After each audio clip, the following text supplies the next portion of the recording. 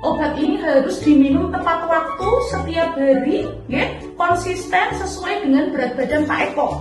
Berarti yang kudu dari pengawas minum obatnya Bapak saben dina. Betul sekali Gunung. Jadi Gunung nanti mengawasi Pak Eko untuk menelan obat. Jangan sampai bolong, dan ini penting Gunung, karena TBC itu pengobatannya yang penting konsisten, disiplin dalam mengkonsumsi obat setiap hari selama 6 bulan. Dan setelah 2 minggu sekali, Pak Eko harus datang ke puskesmas untuk kontrol dan evaluasi. Ini obatnya gratis dari pemerintah. Tinggal Pak Eko minum obatnya yang teratur dan disiplin. Kalau Pak Eko rajin minum obatnya, teratur minum obatnya, Pak Eko akan sembuh batuknya. Pak Eko bisa melakukan aktivitas sehari-hari seperti dulu lagi. Ngerti ya Pak? Dok. Ada lagi yang mau ditanyakan? Nggih, matur nuwun Dok penjelasanipun. Nggih, sami-sami.